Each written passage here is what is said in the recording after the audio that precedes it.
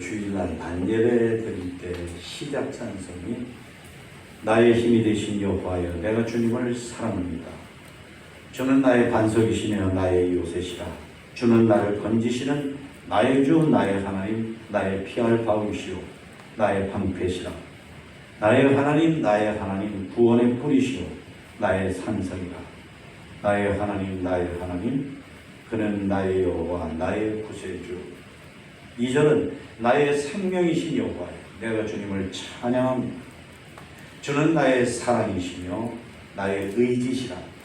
주는 나를 이끄시어 주의 길 인도하시며 나의 생의 목자 되시니 내가 따르리라. 나의 하나님 생명의 멸관으로 내게 씌우소서. 나의 하나님 그는 나의 여호와 나의 구세주. 그러니까 하나님에 대한 아주 강력한 그리고 간절한 하나님을 사랑하고 사모하는 내 삶 속에 강력하게 모시는 그런 신앙 고백이 가득 담겨있는 찬양을 드리는데요. 지금 우리가 읽은 이 요한복음 4장 전체인데 여기에 나오는 그 여자 한 사람이 있는데 그 여자는 바로 이렇게 하나님에 대한 갈망보다 세상적인 갈망으로 가득 차 있는 현대인들을 가리킵니다. 여자로 되어 있지만 사실은 여기에 여자는 온갖 갈망에 늘 목말라 진정한 만족을 모르고 그저 더 이것으로 살아가는 만족이나 행복이 없는 우리 인간들, 현대인들을 가리키는 말씀이다 하는 것입니다. 오늘 본문에 보면 예수님께서 갈릴리로 가시는데 가운데 사마리아가 끼어 있습니다. 그래서 유대인들은 사마리아가 조금 거치는 표현인데요. 재수없다 그래가지고 사마리아를 거치지 않고 둘러서 다녔어요.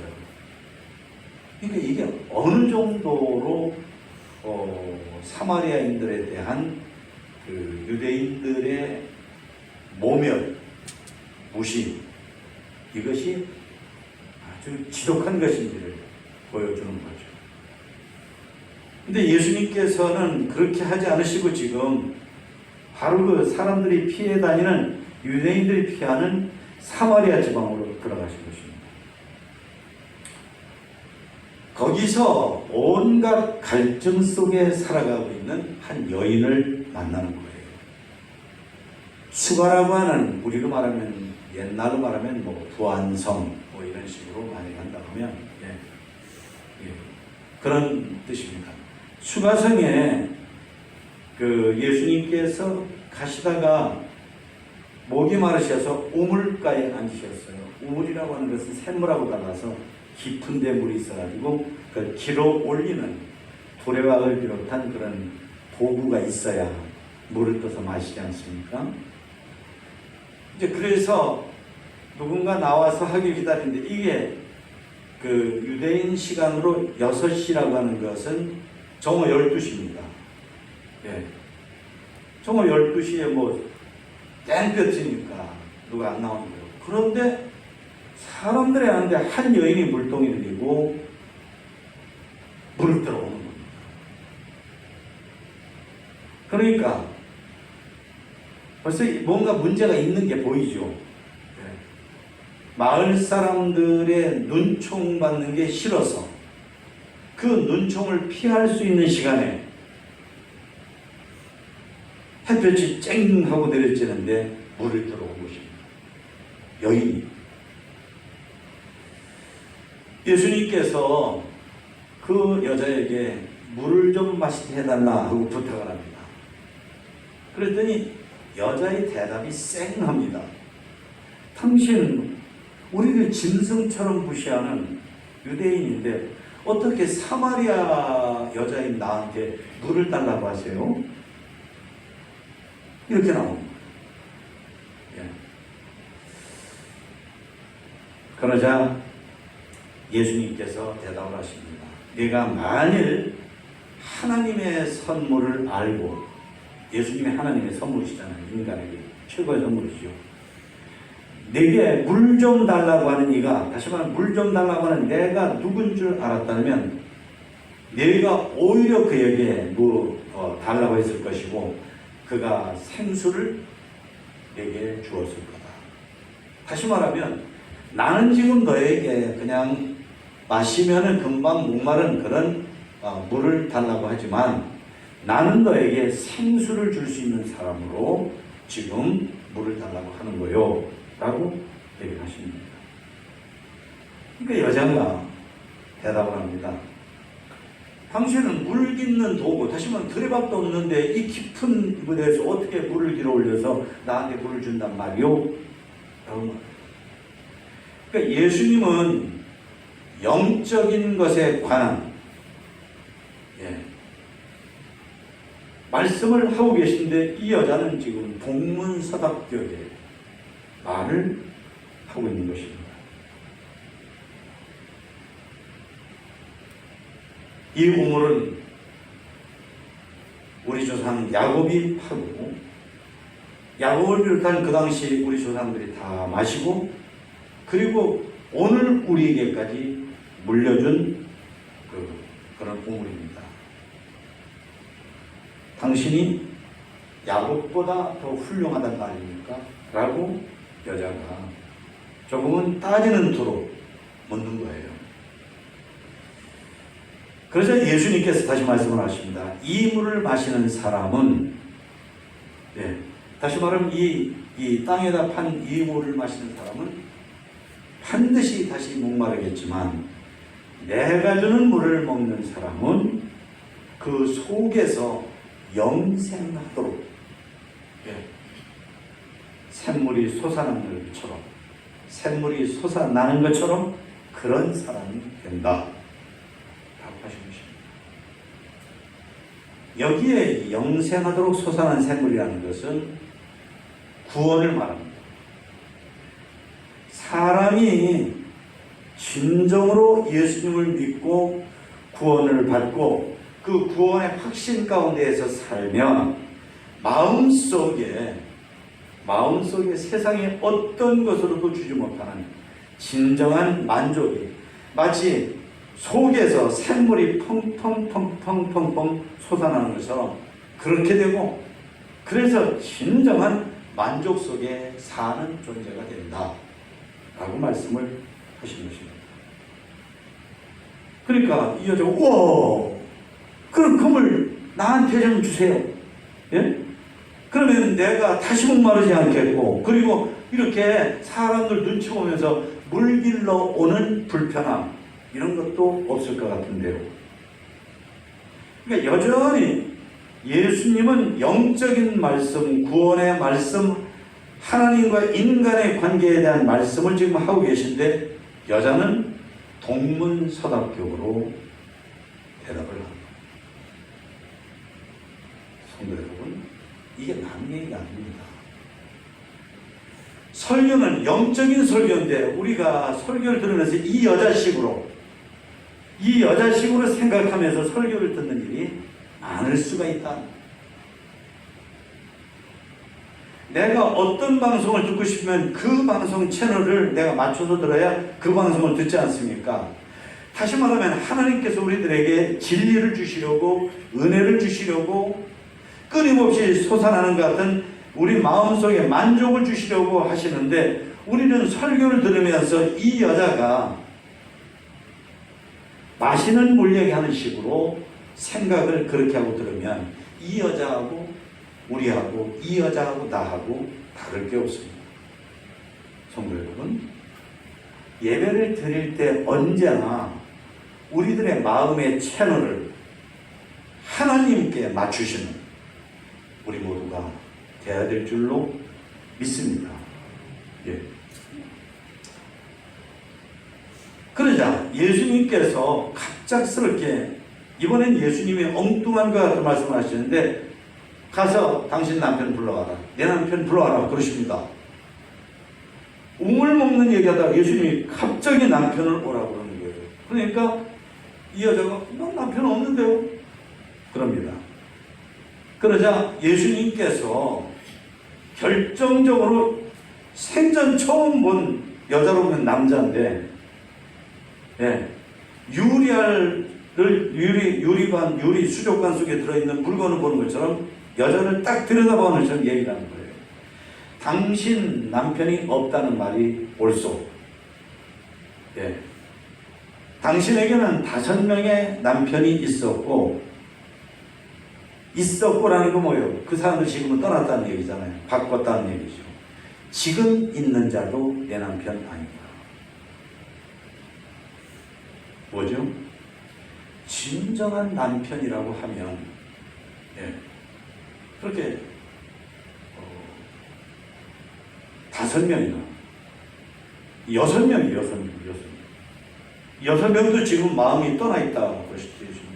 지금 있는 자는 내 남편이다. 그러니까 남편과 아내라고 하는 것은 진정한 인격, 진정한 대화, 진정한 사랑, 예, 정말로 뗄래야 뗄 수 없는 그런 관계를 가지고 전 인격을 주고받는, 예, 그런 것인데, 이 여자는 남자를 6명이나 지금 만났는데도 한 번도 그렇게 만나지를 않은 겁니다. 그러니까 남자를 6명을 바꾸기는 했는데 전인격적인 진정한 남편으로 만나고 그런 적이 한 번도 없다는 거예요. 그러니까 여자는 시치미를 때리라고 이 남자가 나에 대해서 뭘 할까 그러면 너 남편 없는데 하고 말했는데, 웬걸 예수님께서는 그 여자에 대해서 정확하게 말씀을 하신 거예요. 예수님께서 이 여자에게 그 말씀을 하신 이유가 있습니다. 예. 이 여자의 속에는 남편을 6명, 이렇게 남편이라고 하는 남자를 6명 바꾸면서 그때마다 속에 자기의 갈망을 채우고 싶은 그런 마음에서 남자를 바꿨던 거예요. 예. 그래서 어떤 때는 외모가 잘난 남자, 어떤 때는 학벌이 좋은 남자, 어떤 때는 지위가 상당한 남자, 어떤 때는 돈이 많은 남자, 소유죠.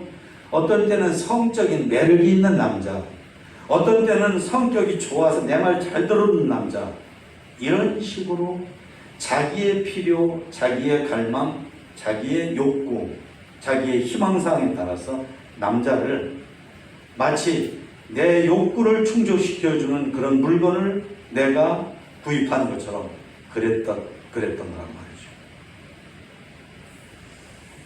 근데 참 재미있는 게 있습니다. 이 여자가 예수님 처음 만날 때는 당신은 유대인인데 이렇게 말해요. 예수님 보고 당신이라고 그래요. 근데 요 대목에 와서는 뭐라고 말하냐면 주여라고 바뀌어요. 놀라운 일입니다. 예. 주여. 19절에 보니까 내가 보니까 당신은 선지자예요. 뭐죠? 갑자기 이 여자가 예수님을 약간 축혀 세운 듯 하면서 화제를 싹 바꾸는 거예요. 예. 자기가 안면 몰수하고, 예, 남편이 없다고 딱 잡았대는데 없기는커녕 자기의 욕구에 따라서 6명이나 바꿔치기 한 것이 싹 드러나니까 예수님은 당신은 정말, 예? 선생님은 이스라엘에서 가장 존경하는 호칭이 뭐냐면 선생님이거든요. 랍비어, 라보니 하는거든요.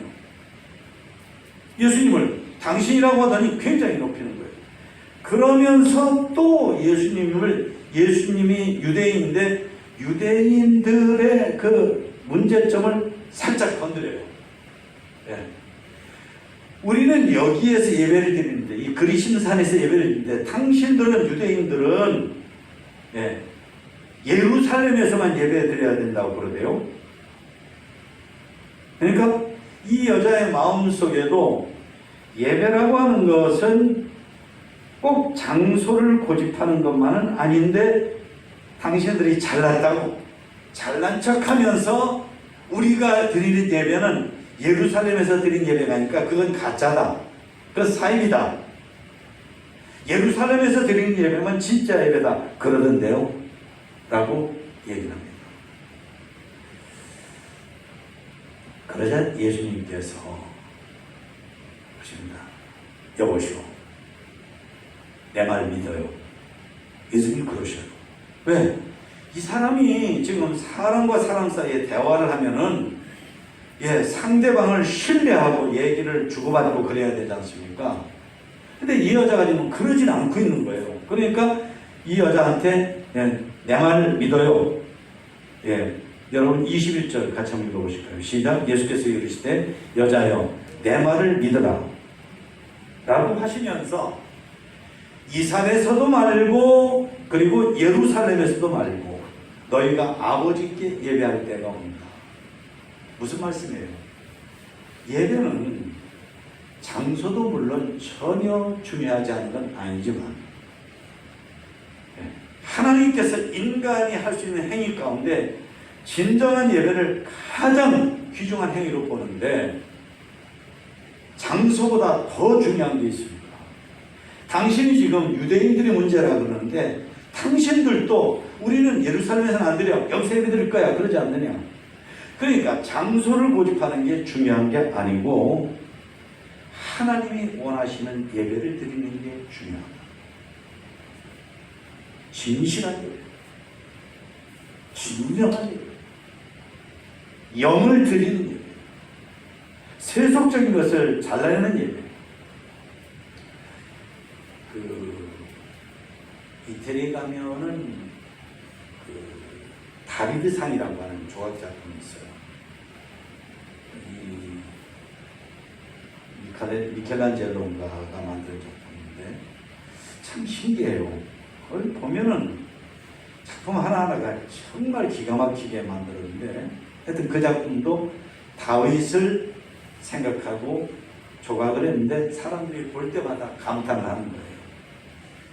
그래서 당신은 어떻게 이렇게 위대한 작품을 돌로 깎아서 만들었습니까? 그랬더니 하는 얘기가 뭐냐면 돌덩이를 딱 보고 다윗을 영적으로 이 머리로 가슴으로 그리면서 그러면서 이 돌덩어리 가운데에서 내가 다윗은 이런 모습일 거야 라고 생각하는 거기에 합당치 않은 돌은 다 짜내다. 쪼아낸 거예요. 요거 다윗의 모습에 해당되지 않아. 따다닥 해당되지 않아. 그래서 다윗의 모습이라고 생각되지 않는 걸 다 쪼아내니까 마침내 다윗이 만들어졌다. 뭐죠? 우리가 예배를 드릴 때 하나님이 원하시는 내 생각 속에 이런 생각이 이게 예배에 맞을까? 이게 맞을까? 하나님이 살아계시는 하나님이잖아요. 우리는 사람도 무서워합니다. 사람도. 동네 이장보다는 군수는 무서워하고, 군수보다는 도지사는 무서워하고, 도지사보다는 장관은 무서워하고, 장관보다는 대통령 하면 어느 누구든지 간에 대통령 하면은 좀 떤다고 할 정도로 조심하죠. 그러니까 하나님 앞에 드리는 예배니까 하나님께 해드리는 것처럼 같은 인간도 대통령은 좀 다르게 하잖아요. 그러니까 하나님께 해드리는 것처럼 하는 게 그게 영적 예배예요.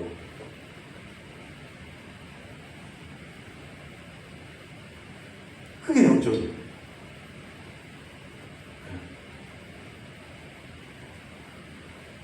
그러니까 예수님은 이 여자를 전도하기 위해서 이 사마리아를 유대인들이 이렇게 피해서 돌아가고 그러는데 직접 오셨고, 그리고 얘기를 쭉 해나가시면서 마지막에 결정적으로 예배로 지금 예배에 관한 말씀을 하셔요.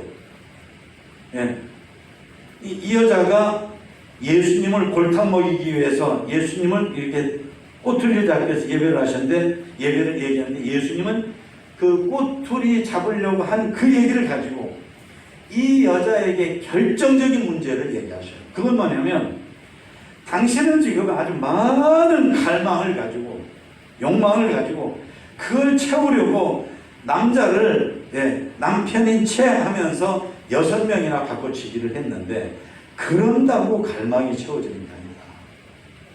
인간은 하나님이 만드신 존재이기 때문에 하나님하고 관계가 좋아야 하나님하고 제대로 관계를 맺어야 그래야 마음속에 갈망이 사라지고 만족이 있는 거예요.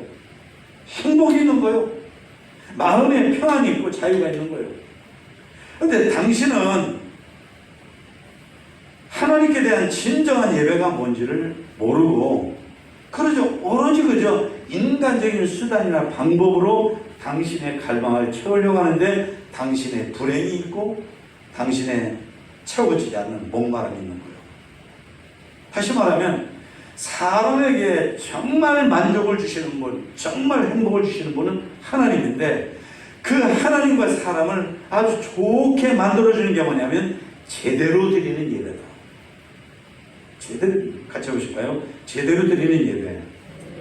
하나님을 하나님으로 모시는 예배. 예, 이게 있어야 그래야 하나님께서 그런 사람에게 마음에 마치 마음속에 샘물이 있는 것 같아서 그 샘물이 펑펑펑펑펑펑 솟아나서 그래서 이 영원토록 목마르지 않은 것처럼 그렇게 만족스러운 사람이 되게 해주시는데 그러려면 예배를 잘 드려야 돼요.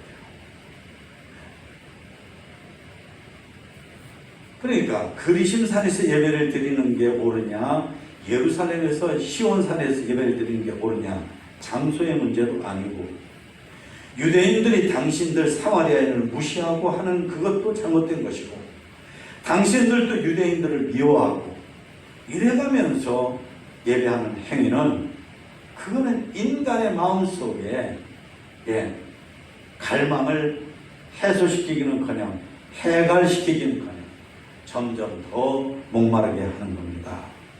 라고 얘기를 해준 거예요. 성도 여러분,